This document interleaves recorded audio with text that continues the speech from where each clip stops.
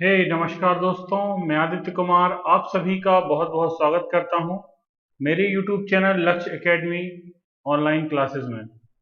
तो दोस्तों, जैसा कि आपको पता है आज रात के 9 बज गए हैं और मैंने कल कहा था कि आज हम एक नया टॉपिक लेके आएंगे जिस पर अपन चर्चा करेंगे। तो आज का हमारा टॉपिक है मध्य प्रदेश के स्वतंत्रता संग्राम सेनानियों के बारे में। तो ये भी जो वीडियो है ये लगभग सभी प्रतियोगी परीक्षाओं के लिए बहुत महत्वपूर्ण है, जैसे एमपीपीएससी हो गया, एमपीएसआई हो गया, और आप मध्य प्रदेश के जो भी एग्जाम की तैयारी कर रहे हैं उन सभी के लिए ये वीडियो बहुत ज़्यादा महत्वपूर्ण होगा। तो जैसे ही हमारे एक दो छात्र ऑनलाइन आते हैं तो हम आज का वीडियो शुरू कर देंगे।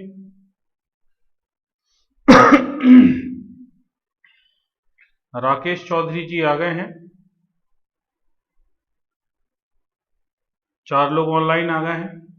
तो जैसे ही बाकी के और हमारे मित्र ऑनलाइन आते हैं, और ये जो वीडियो आज मैंने बनाया है इस वीडियो में उन फैक्ट्स को रखा है जो पिछले 10-15 सालों में मध्य प्रदेश और भारत में अन्य जो एग्ज़ाम होते हैं उनमें पूछे जाते हैं।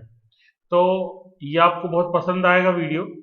तो चलिए, 4-5 लोग हो गए हैं, जैसे योगेश तिवारी जी आ गए हैं, साहू जी आ गए हैं और रजनी जी आ गई हैं। तो सभी लोग इकट्ठे हो गए हैं, तो चलिए हम शुरू करते हैं आज का वीडियो हमारा।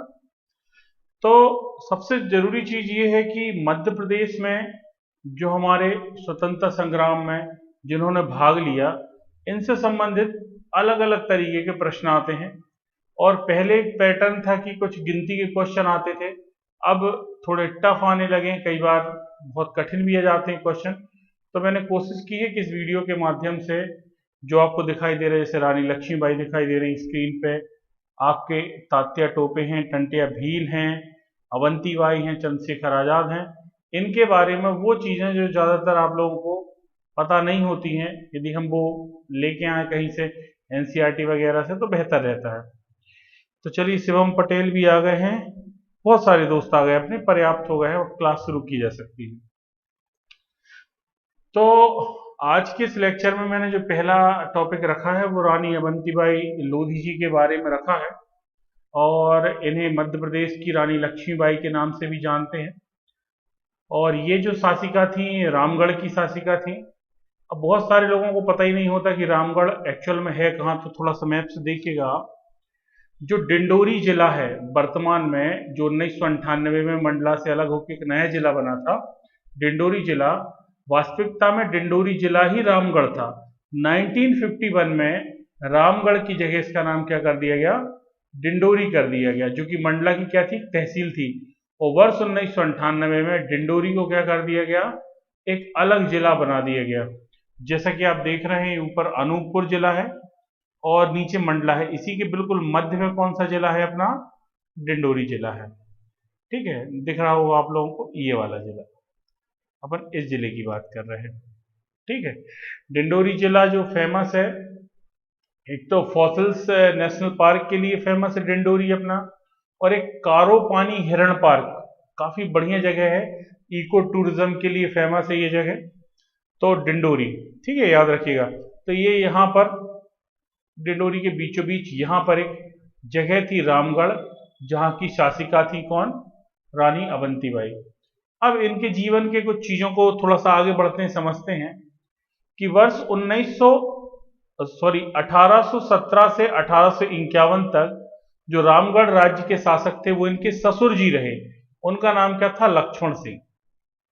उनका नाम क्या था, लक्ष्मण सिंह। उनके बेटे थे विक्रमाजीत सिंह। कई किताबों में आपको विक्रमादित्य भी मिलेगा, आप कंफ्यूज नहीं होइएगा।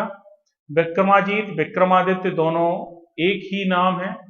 और ये अपने पिता के बाद, लक्ष्मण सिंह के बाद जब राजा बनते हैं तो बताते हैं कि ये बहुत ही धार्मिक प्रवृत्ति के थे, इन्हें राजकाट के ज्यादा कोई लेना देना नहीं था, अत्यधिक धार्मिक प्रवृत्ति के थे। और बहुत सारे अंग्रेजों ने ये तक कहा है कि ये मानसिक रूप से विक्षिप्त हो गए थे। मतलब कई बार ये होता है कि व्यक्ति कोई भगवान की भक्ति में अत्यधिक लीन हो जाता है तो लोग उसको मानसिक विक्षिप्त के रूप में समझने लगते हैं। तो जब ये भगवान की भक्ति में लीन हो गए तो चूंकि किसी ना किसी को तो राज्य का संचालन करना था, तो रानी अवंतीबाई को क्या मिला, इस काम का जिम्मा मिला कि उन्हें राज्य का क्या करना है, संचालन करना है। उनके 2 पुत्र थे, दोनों पुत्र कैसे थे, नाबालिग थे। क्योंकि ये बात अंग्रेजों को ठीक नहीं लगी कि एक महिला कैसे शासिका बन सकती है, तो उसी का थोड़ा सा आगे और हम समझेंगे। तो क्या क्या चीजें आती हैं रानी अवंतीबाई से, ये थोड़ा सा समझना जरूरी है। जैसे यदि आप जब भी पढ़ रहे हैं तो आपको ये जरूर पता होना चाहिए कि रानी अवंतीबाई जो थी उनका जन्म कहाँ हुआ था, ये बहुत महत्वपूर्ण है। तो मनकेड़ी एक जगह है, मनकेड़ी कौन से जिले में आता है, सिवनी जिले में। तो सिवनी कहाँ है, ये बिल्कुल पास में ये वाला जिला, ये सिवनी और डिंडोरी के बीच में कौन सा जिला आता है अपना, मंडला। तो आपको ये चीजें पता होनी चाहिए। कौन कौन जुड़ गए, दीपक पुरी आ गए हैं, अजय लोधी, जागृति सोनी, सत्येंद्र आ गए हैं, शिवम भी आ गए हैं। धन्यवाद, सब लोग आए, बढ़िया, अच्छा लगता है जब सब लोग पढ़ते हैं तो मजा आता है। तो ये आपको याद रखना कि रानी अवंतीबाई लोधी जी का जो जन्म स्थान है वो कौन सा है, मनकेड़ी। आपको 16 अगस्त 1831 याद नहीं रखना, ये कभी नहीं आएगा, ना आया है, ठीक है। इनके पिता राव जुझार सिंह थे, ये मनकेड़ी के एक जमींदार थे, बड़े व्यक्ति थे। और इनके जो पति थे राजकुमार विक्रमादित्य या विक्रमजीत सिंह रामगढ़ के शासक थे।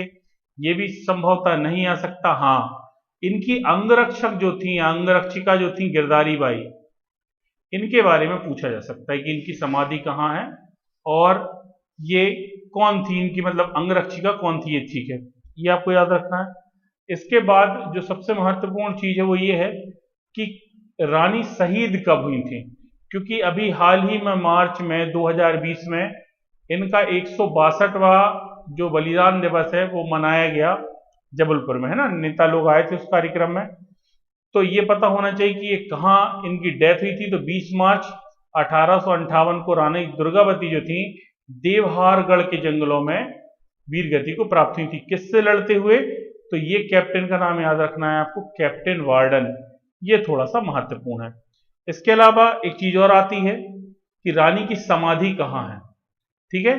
तो शाहपुर एक जगह है डिंडोरी के पास ही, मतलब डिंडोरी जिले में ही है शाहपुर, वहां पे इस तरीके का एक स्टैचू बना हुआ है जहां रानी की समाधि है। और कह सकते हैं कि केवल फॉर्मेलिटी के लिए बना दी गई है। आसपास पूरे में कचरा वगैरह, फोटो देख के आपको समझ में आ रहा होगा कि जो पर्यटन विभाग है उसने बिल्कुल ध्यान नहीं दिया है। शोर शेखर कुमार जी आ गए हैं, हेलो शेखर जी। तो उपेक्षा कर दी गई है इस क्षेत्र की। अब ठीक है, सरकार के पास और भी काम है, मगर ध्यान दें कि जो हमारे वीर सेनानी थे इनके बारे में भी सोचना चाहिए सरकार को। अब रानी से संबंधित कुछ फैक्ट हैं, वो आपको ज्यादा ध्यान नहीं रखना, मगर कभी याद आए तो याद रखिएगा इन सब चीजों को।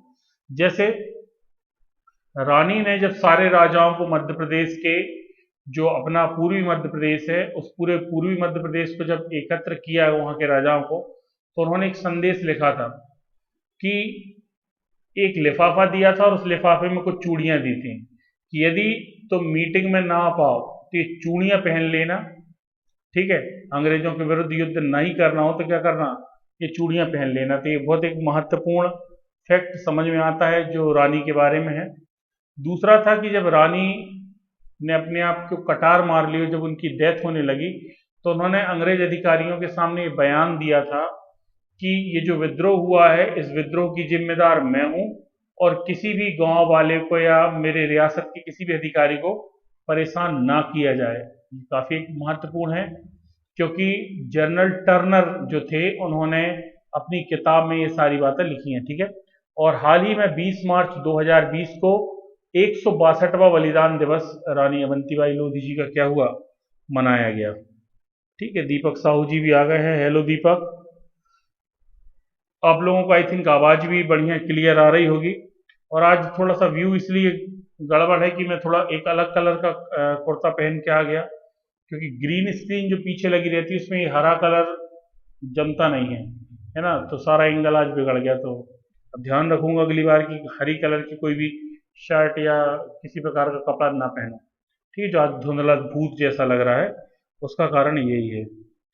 आकाश पटेल जी आ गए हैं, नमस्कार आकाश जी। तो ये थी रानी दुर्गावती, सॉरी अवंतीबाई के बारे में। आगे दुर्गावती जी के बारे में पढ़ेंगे। अब बात करते हैं हम रानी लक्ष्मीबाई के बारे में। और जहां तक मेरी समझ है, चूंकि हम मध्य प्रदेश के स्वतंत्र संग्राम सेनानी पढ़ रहे हैं, तो रानी लक्ष्मीबाई के बारे में शायद ही कोई ऐसा छात्र होगा जिसे ना पता हो।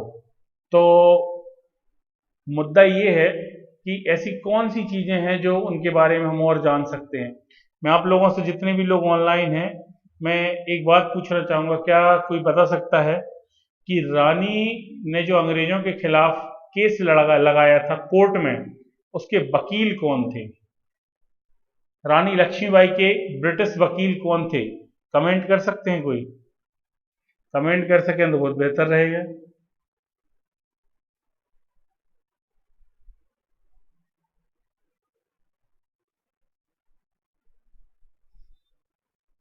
वीरेंद्र जी भी आ गए हैं। Good evening Virendra ji. बताइए कौन थे रानी लक्ष्मीबाई के वकील?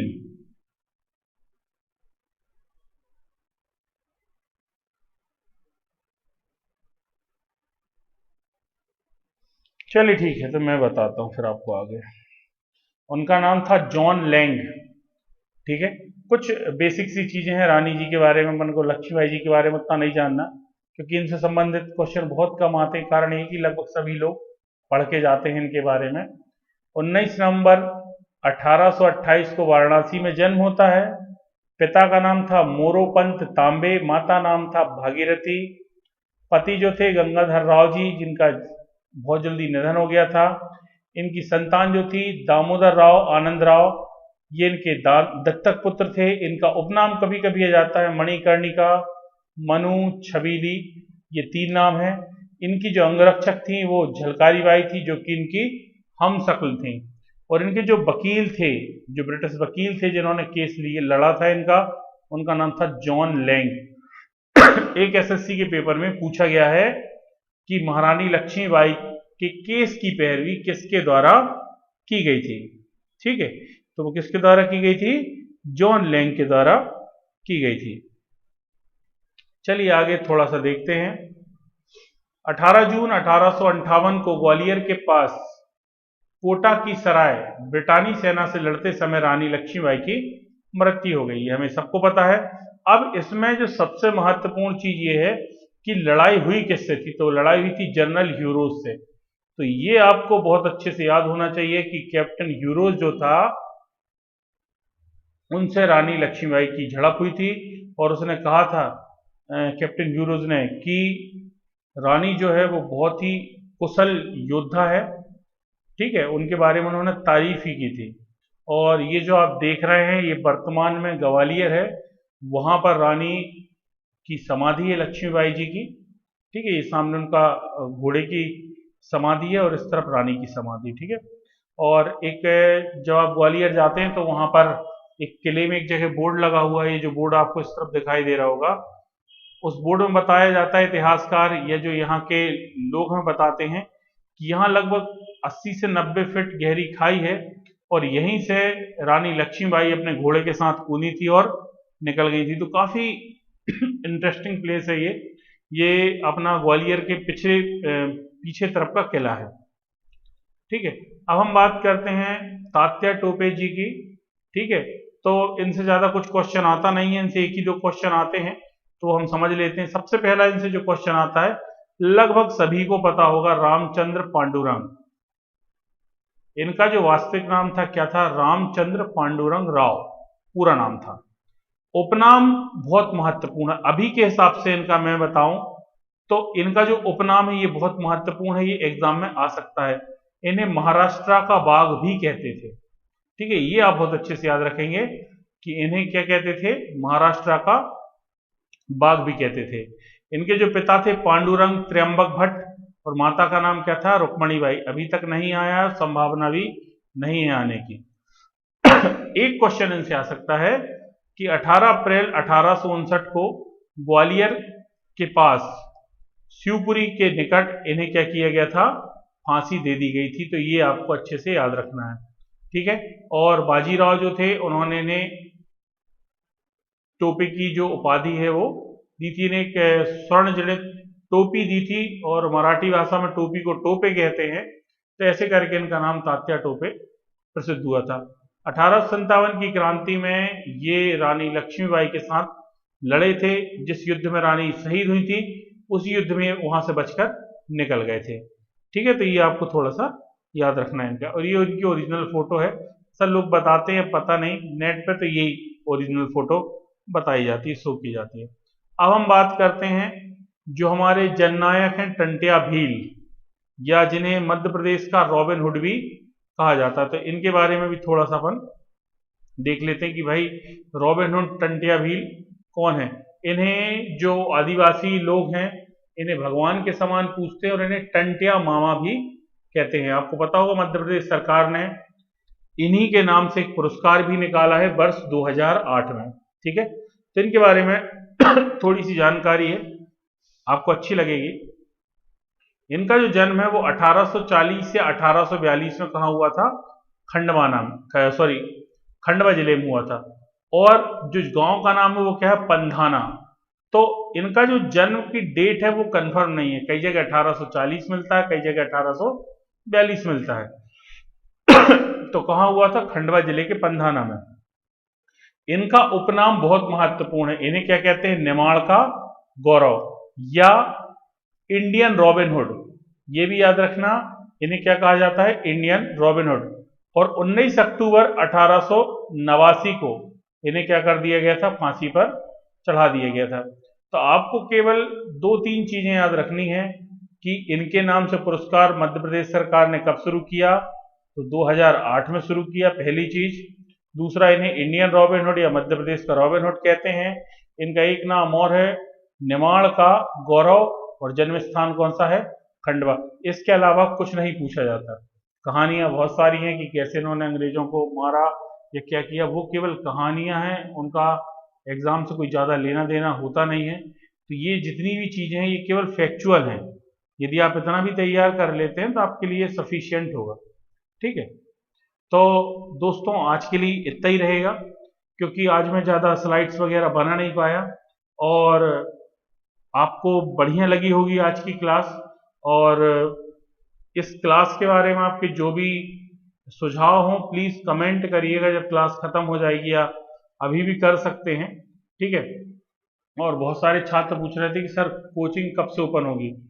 तो कोचिंग का हमारे ऊपर नहीं है, जैसे ही सरकार निर्णय लेगी, यदि कोचिंग वालों के पक्ष में आता है कि भाई आप सोशल डिस्टेंसिंग के साथ या कुछ शर्तों के साथ कोचिंग ओपन कर सकते हैं, तो जैसे ही अपना सरकार का कुछ फरमान आता है और उसके दूसरे दिन से हम अपनी कोचिंग क्लास शुरू कर देंगे। तो दोस्तों आज के लिए इतना ही, और फिर हम पढ़ेंगे